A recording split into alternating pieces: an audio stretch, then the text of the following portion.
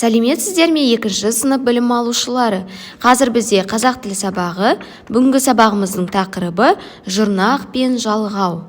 Балалар, бүгінгі сабақта сіздер берілген сөзді сөз құрамына қарай талдайсыздар. Олай болса дәптер оқулығымызды ашып, бүгінгі күнді жазайық. 31 қаңтар сынып жұмысы, 57 жаттығу. Олай болса, оқулығымыздың 27 бетінде 57 жаттығуға назар аударайық. Мәтінді түсініп оқы. Қазір мәтінді бірге Қан Мұңайтпасов қазақтың атақты палуаны. Ол әлемнің бірнеше дүркін жеңімпазы. Қажымұқан 14 жасында саудагер байға жалшы болады. Қыс мезгілі. Бірде бай оны атшанамен шөп алып кел деп жұмсайды. Қайтар жолда қалың қар болып, атшананы тарта алмай зорығып өледі. Қажымұқан шананы атымен бірге өзі сүйреп алып келеді. Қазақтың 5 алыбы кітабынан. Ал енді балалар, қарамен жазылған сөздердегі жұрнақ пен жалғауды ажыратып дәптерге жазайық. Ең бірінші қарамен жазылған сөздерді дәптерге жазып аламыз. Мәтінде қарамен жазылған сөздер: саудагер, жалшы, атшанамен. Жарайсыңдар. Енді осы сөздердің жұрнақ, жалғау түбірін тауып алайық. Саудагер сөзінде түбірі сауда, гер, жұрнақ. Сызамыз. Жалшы сөзінде түбірі жал, шы, жұрнақ. Атшанамен сөзінде түбірі ат, шана, жұрнақ, мен, жалғау. Енді 59 жаттығуға назар аударайық. Өлеңді жатқа жаз. Қазір бірінші өлеңді жаттап аласыздар, сосын оқулығымызды жауып, өлеңді жатқа жазып шығасыздар. Одан кейін қарамен жазылған сөзді сөз құрамына талдап, жұрнақ пен жалғау түбірін көрсетеміз. Сосын өлеңді жазып болған соң, палуан сөзін бірнеше жалғау жалғап, бірнеше сөздер шығарасыздар. Мысалы, палуан сөзіне дар жалғауын жалғасақ, палуандар сөзі шығады. Тек қана палуан сөзіне жалғау ғана жалғаймыз, жұрнақ жалғамаймыз. Енді балалар, жұрнақ пен жалғау туралы білген мәліметтерімізді еске түсірейік. Ол үшін келесі бейнематериалды қарап шығыңыздар.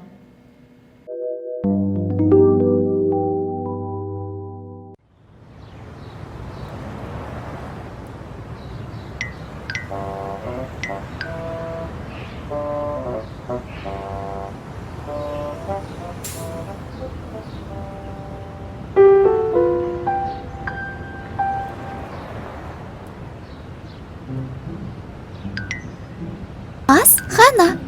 Қарның ашты ма? Қазір үйге жетеміз. Анамыз ас әзірлеп қойған шығар? Әрине, тамақты үйден жемін. Біздің анамызға жететін аспаз бар ма? Айтыңызшы. Бүгін біз қосымшалар туралы сабақ өттік. Қалай аталушы еді? Жұрнақ пен жалғау ма? Я, олар өте қызық. Сөздің мағынасын өзгертетін қосымшаны жұрнақ дейді. Ол бұлайша белгіленеді. Мысалы, қой бұл үй жануары болады, оған шы жалғасаң, сол қойды бағып жүрген адам болып шыға келеді.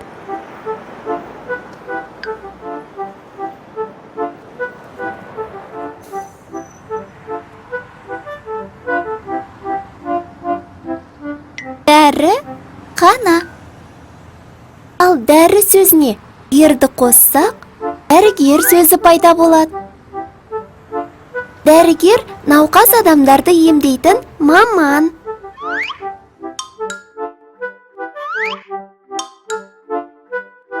Осындай жұрнақтар арқылы пайда болған жаңа сөзді туынды сөз дейміз. Сонда, осылардың бәрі жаңадан туған сөздер ме? Иә, бірақ туған емес, туынды сөз. Кейбір қосымшалар жаңа мағына тудырмайды. Олар жалғау деп аталады. оларды былайша белгілейді. Мысалы, асқа қа, дәрінің нің, ағаштар тар, жапырақты т қосымшалары жаңа мағына тудырмайды.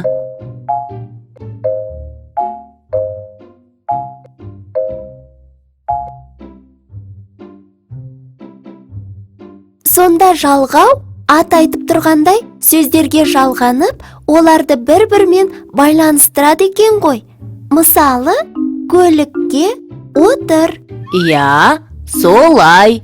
Сондай-ақ жалғаулар жұрнақтардан кейін жалғанады. Мысалы, дәрігердің деген сөзде дәрі түбір, гер жұрнақ, дің жалғау. Балықшылар деген сөзде балық түбір, шы жұрнақ, лар жалғау.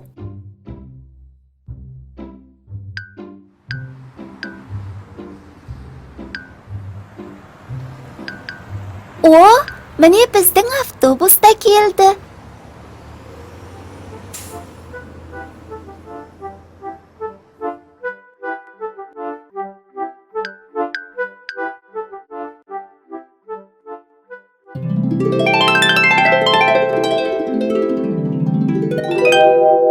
Қайталайық.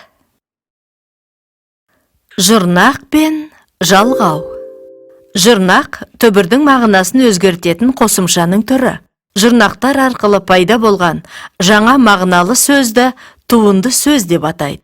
Мысалы, аспаз, дәрігер, қойшы. Түбірдің мағынасын өзгертпейтін, сөз бен сөзді байланыстыратын қосымшаның түрі жалғау деп аталады. Мысалы, асқа шақыру, дәрінің пайдасы, қойды бағу. Түбір сөзге жұрнақ та жалғау да жалғанады. Жұрнақ бұрын, жалғау жұрнақтан соң келеді. Мысалы, дәрігердің аспазға қойшы мен. Қорытындылай келе, жұрнақ, жалғау. Жұрнақ дегеніміз не? Қанеке жауап берейікші? Жалғау дегеніміз не? Ережесін еске түсірейік. Дұрыс айтасыздар. Жұрнақ сөздің түбірін жалғағанда оның мағынасын өзгертеді. Ал жалғау сөздің мағынасын өзгертпейді, сөз бен сөзді бір байланыстырады. Ал жұрнақ пен жалғаудың екеуінің ұқсастығы, екеуі де қосымшаға жатады. Үй жұмысын жазып алайық. 28-ші бетте 58-ші жаттығуды жазбаша орындайсыздар және түбір, қосымша, жұрнақ және жалғаудың ережелерін жаттап келесіздер. Олай болса сабағымыз аяқталды. Қош сау болыңыздар.